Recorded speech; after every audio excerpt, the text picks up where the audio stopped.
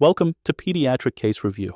Today's lecture provides a comprehensive clinical review of Laurence-Moon and Bardet-Biedl syndrome. These rare ciliopathies present unique diagnostic challenges. This presentation will enhance your clinical recognition skills, understanding of diagnostic approaches, and knowledge of evidence-based management strategies for these complex genetic conditions. Let's begin with our first case. An 8-year-old boy presents with progressive vision problems and obesity. He had normal birth weight, but developmental delay was noted at 18 months. Progressive weight gain started around age 3. On examination, his body mass index is at the 95th percentile, and records show postaxial polydactyly of both hands surgically corrected in infancy. What is the most likely diagnosis? Option A, Prader-Willi syndrome. Option B, Bardet-Biedl syndrome. Option C, Ulstrom syndrome. Option D, Laurence-Moon syndrome. The correct answer is B, Bardet-Biedl syndrome. This patient demonstrates 4 classic primary features including obesity, retinal dystrophy evidenced by vision problems, polydactyly, and developmental delay suggesting cognitive impairment. Bardet-Biedl syndrome diagnosis requires either 4 primary features or 3 primary plus 2 secondary features. Prader-Willi syndrome typically lacks polydactyly. Ulstrom syndrome does not include polydactyly. Laurence-Moon syndrome, while related, rarely presents with polydactyly and more commonly features spastic paraplegia. Question 2. A 15-year-old presents with retinal dystrophy, hypogonadism, and progressive spastic paraparesis. He has normal intelligence, no obesity, and no polydactyly. Family history reveals consanguineous parents and an affected sibling with similar presentation. Which feature most distinguishes this from typical Bardet-Biedl syndrome? Option A, spastic paraplegia. Option B, retinal dystrophy. Option C, hypogonadism. Option D, consanguinity. The correct answer is A, spastic paraplegia. Laurence-Moon syndrome characteristically includes progressive spastic paraplegia, which is uncommon in Bardet-Biedl syndrome. While both conditions share retinal dystrophy and hypogonadism, Laurence-Moon patients typically have normal intelligence without obesity or polydactyly. Bardet-Biedl syndrome more commonly presents with polydactyly, obesity, renal abnormalities, and cognitive impairment. Historically, these were considered the same condition, but are now recognized as distinct ciliopathies with different clinical presentations. Question 3. A 7-year-old girl is being evaluated for possible Bardet-Biedl syndrome. Clinical findings include obesity, 6 toes on her left foot, and mild learning difficulties. Renal ultrasound is normal. How many primary criteria does she meet for definitive diagnosis?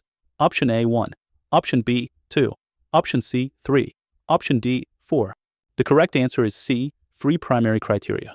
This patient meets criteria for obesity, polydactyly shown by the extra toe, and cognitive impairment evidenced by learning difficulties. The 6 primary diagnostic criteria include rod cone dystrophy, polydactyly, obesity, learning disabilities, hypogonadism in males, and renal abnormalities. For definitive diagnosis, patients need either 4 primary criteria or 3 primary criteria plus 2 secondary criteria. This patient would need either 1 more primary criterion or 2 secondary criteria for diagnosis. Question 4. A patient has 3 confirmed primary criteria for Bardet-Biedl syndrome. Additional findings include speech delay, dental crowding, brachydactyly, and mild ataxia. Which 2 findings represent secondary diagnostic criteria that would support the diagnosis? Option A, speech delay and dental crowding. Option B, brachydactyly and ataxia. Option C, dental crowding and ataxia. Option D, speech delay and brachydactyly. The correct answer is B, brachydactyly and ataxia. Both are recognized secondary criteria for Bardet-Biedl syndrome.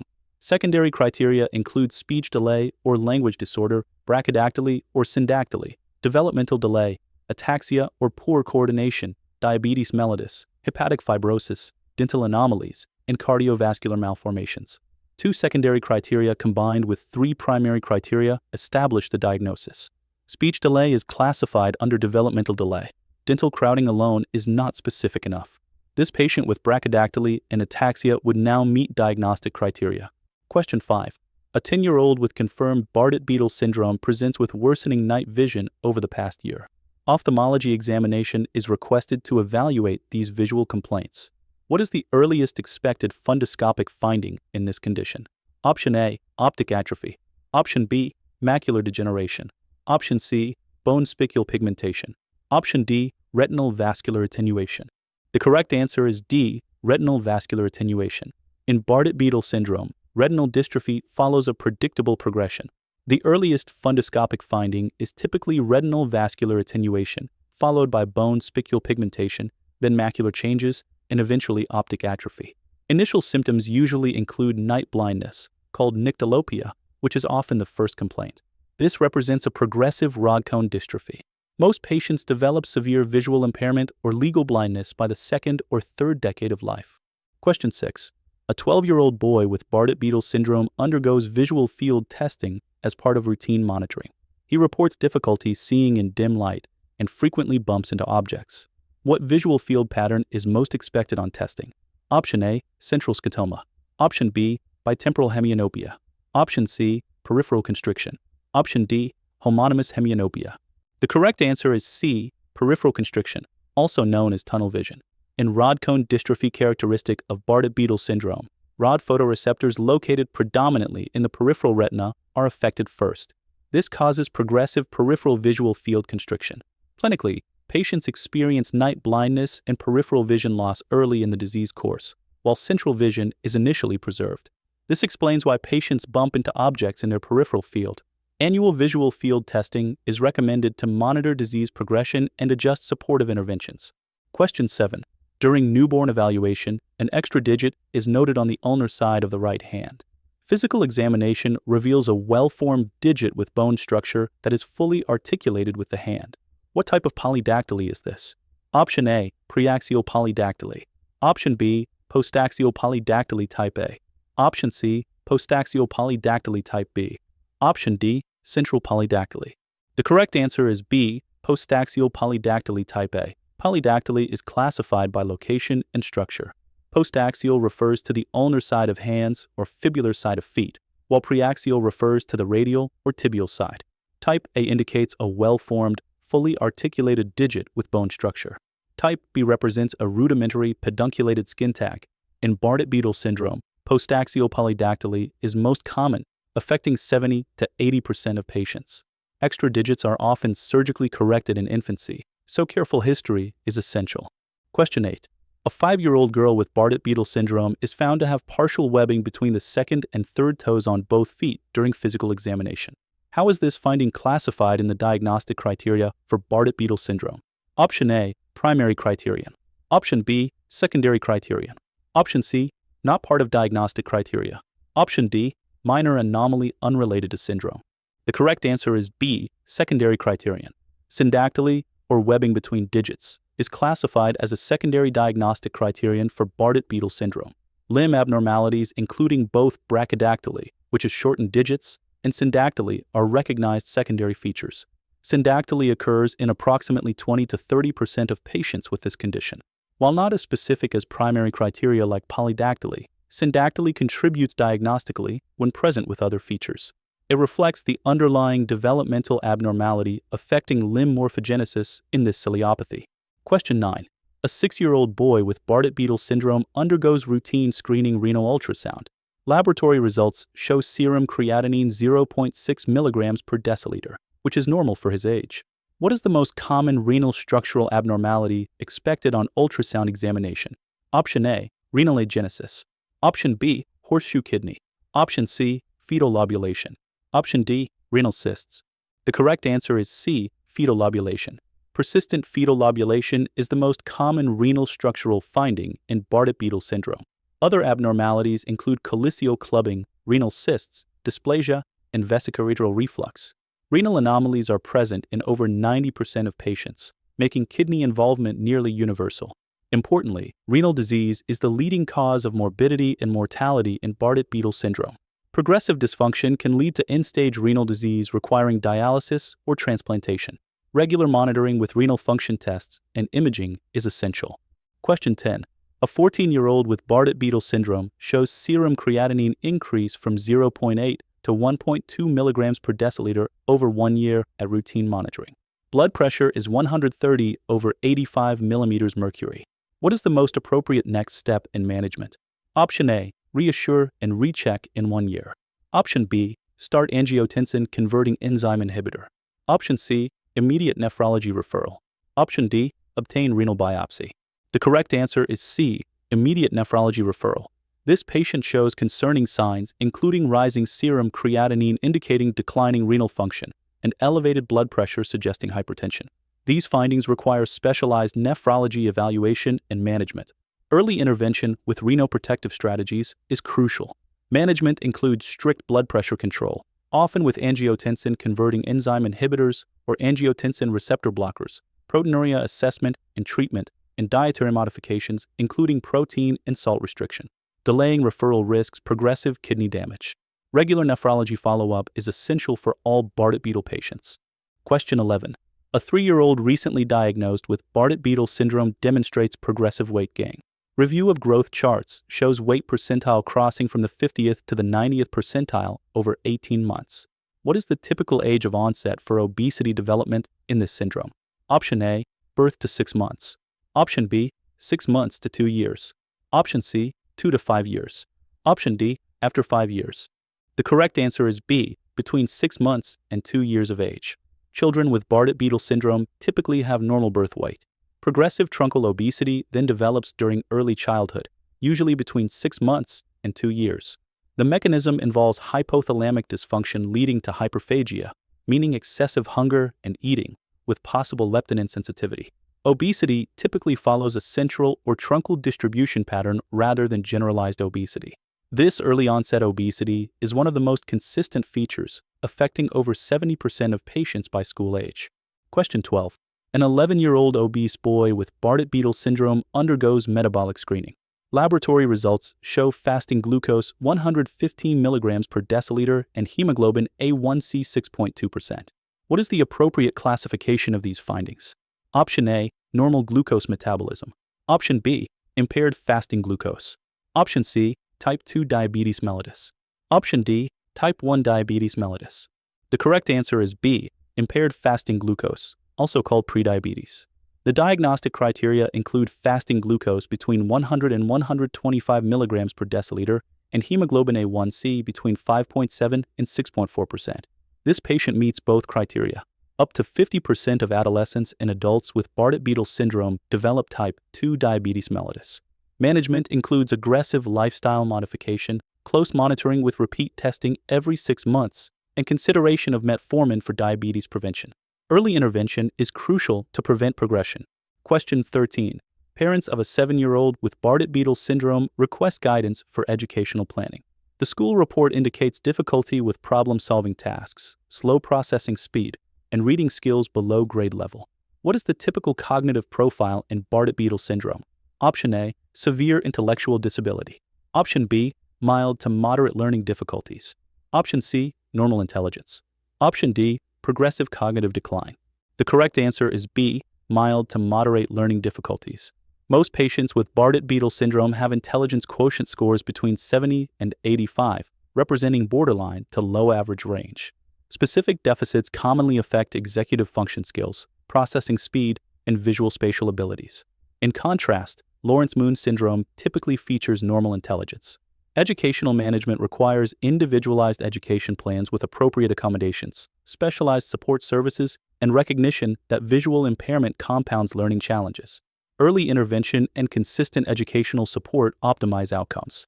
Severe intellectual disability is uncommon in Bardet-Biedl syndrome.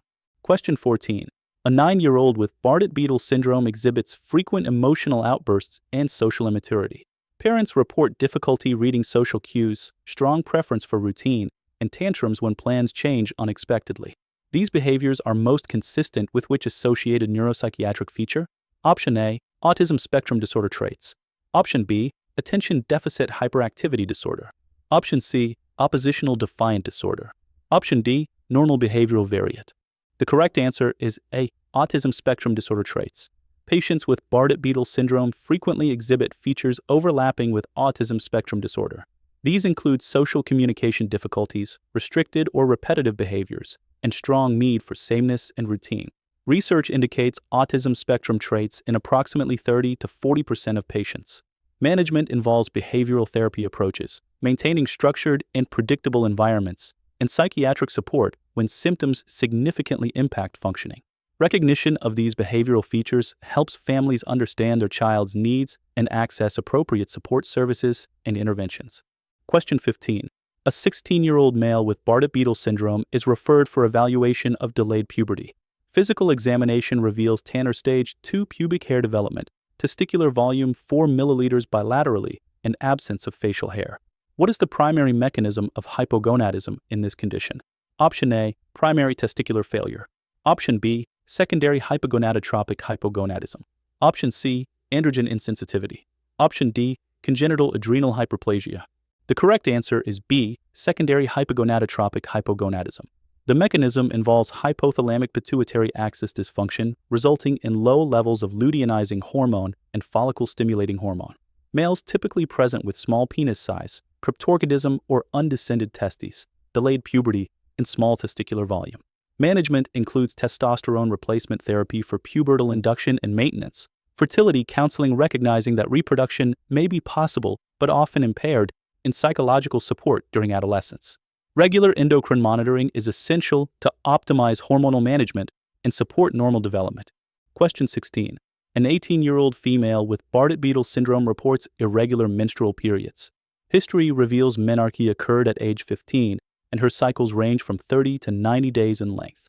What is the most common reproductive abnormality in affected females with this condition?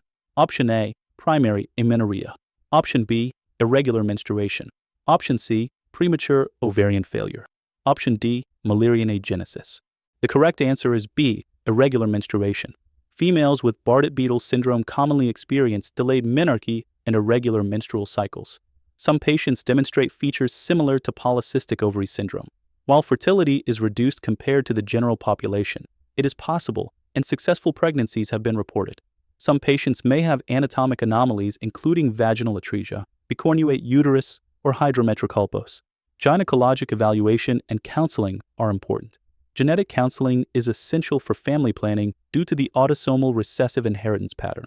Regular gynecologic care is recommended. Question 17. A 5-year-old child with Bardet-Biedl syndrome undergoes screening echocardiogram as part of comprehensive cardiac evaluation. What is the most common cardiac structural abnormality found in patients with this syndrome? Option A, ventricular septal defect. Option B, mitral valve prolapse. Option C, atrioventricular septal defect. Option D, patent ductus arteriosus. The correct answer is C, atrioventricular septal defect, which is the most common major cardiac structural abnormality. Cardiovascular anomalies occur in approximately 7 to 10% of patients with Bardet-Biedl syndrome. Other defects include ventricular septal defect, atrial septal defect, and various valvular abnormalities. Due to this association, baseline echocardiogram is recommended for all newly diagnosed patients. Additionally, patients are at increased risk for cardiomyopathy and arrhythmias later in life, so periodic cardiac monitoring is warranted. Blood pressure monitoring is essential given high prevalence of hypertension. Question 18. A 13-year-old with Bardet-Biedl syndrome has elevated liver enzymes detected on screening laboratory tests. Alanine aminotransferase is 120 units per liter, aspartate aminotransferase is 95 units per liter, and ultrasound demonstrates increased hepatic echogenicity. What is the most likely hepatic complication in this patient? Option A, viral hepatitis. Option B, congenital hepatic fibrosis. Option C, non-alcoholic fatty liver disease. Option D, autoimmune hepatitis. The correct answer is C, non-alcoholic fatty liver disease. This is the most common hepatic complication in Bardet-Biedl syndrome, associated with obesity and metabolic dysfunction.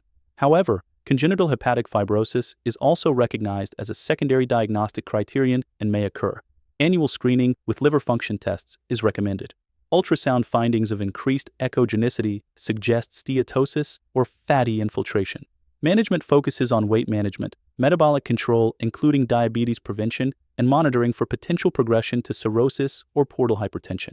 In some cases, hepatic fibrosis can lead to significant liver disease requiring specialized hepatology care. Question 19. A couple has their first child diagnosed with Bardet-Biedl syndrome and is planning a second pregnancy. They are non-consanguineous with no other affected family members. What is the recurrence risk for Bardet-Biedl syndrome in their future pregnancies? Option A, less than 1%. Option B, 25%. Option C, 50%. Option D, 75%. The correct answer is B, 25% or 1 in 4 for each pregnancy. Bardet-Biedl syndrome follows autosomal recessive inheritance. Having an affected child confirms both parents are carriers of pathogenic variants. With each pregnancy, there is a 25% chance of an affected child, 50% chance of a carrier child, and 25% chance of an unaffected non-carrier child. Comprehensive genetic counseling is essential.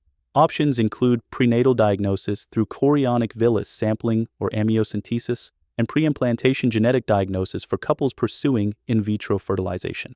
Extended family screening may identify other carriers. Question 20. Genetic testing is ordered for a patient with clinical diagnosis of Bardet-Biedl syndrome to confirm the diagnosis and enable family counseling. How many different genes are currently known to be associated with Bardet-Biedl syndrome? Option A, 1 to 3 genes. Option B, 4 to 8 genes. Option C, 9 to 15 genes. Option D, more than 20 genes. The correct answer is D, more than 20 genes. At least 24 different genes have been identified as causative for Bardet-Biedl syndrome, demonstrating significant genetic heterogeneity. The most common are BBS1 and BBS10, together accounting for approximately 50% of cases. All identified BBS genes encode proteins involved in primary cilium structure or function, explaining why this is classified as a ciliopathy. Comprehensive genetic panel testing or exome sequencing is recommended for molecular diagnosis. Genetic confirmation is valuable for family counseling, prenatal diagnosis options, and potential future targeted therapies. Question 21. To understand why Bardet-Biedl syndrome affects multiple organ systems, it is important to understand the underlying cellular pathophysiology. What is the primary cellular structure affected in Bardet-Biedl syndrome? Option A, mitochondria. Option B, primary cilium. Option C, endoplasmic reticulum. Option D, Golgi apparatus. The correct answer is B, primary cilium. Bardet-Biedl syndrome is classified as a ciliopathy because the affected proteins are essential for primary cilium structure and function. The primary cilium is a sensory organelle and signaling center present on most cell types. Dysfunction explains multi-system involvement, including retinal photoreceptor outer segments, renal tubular epithelial cells, and neural signaling pathways. The BBS proteins form a complex called the BBS sum, which is essential for protein trafficking to and within the cilium. Understanding this mechanism explains the diverse clinical manifestations and guides research into potential targeted therapies. Question 22. A 4-year-old child meets clinical diagnostic criteria for Bardet-Biedl syndrome. Parents request confirmation testing and information for family planning purposes. What is the most appropriate initial genetic testing approach for this patient? Option A, single gene sequencing for BBS1 only. Option B, targeted BBS gene panel. Option C, karyotype analysis. Option D, chromosomal microarray. The correct answer is B, targeted BBS gene panel.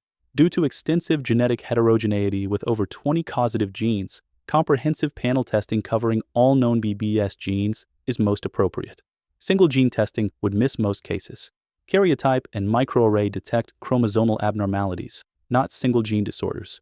Targeted panels identify pathogenic variants in approximately 70 to 80% of clinically diagnosed cases.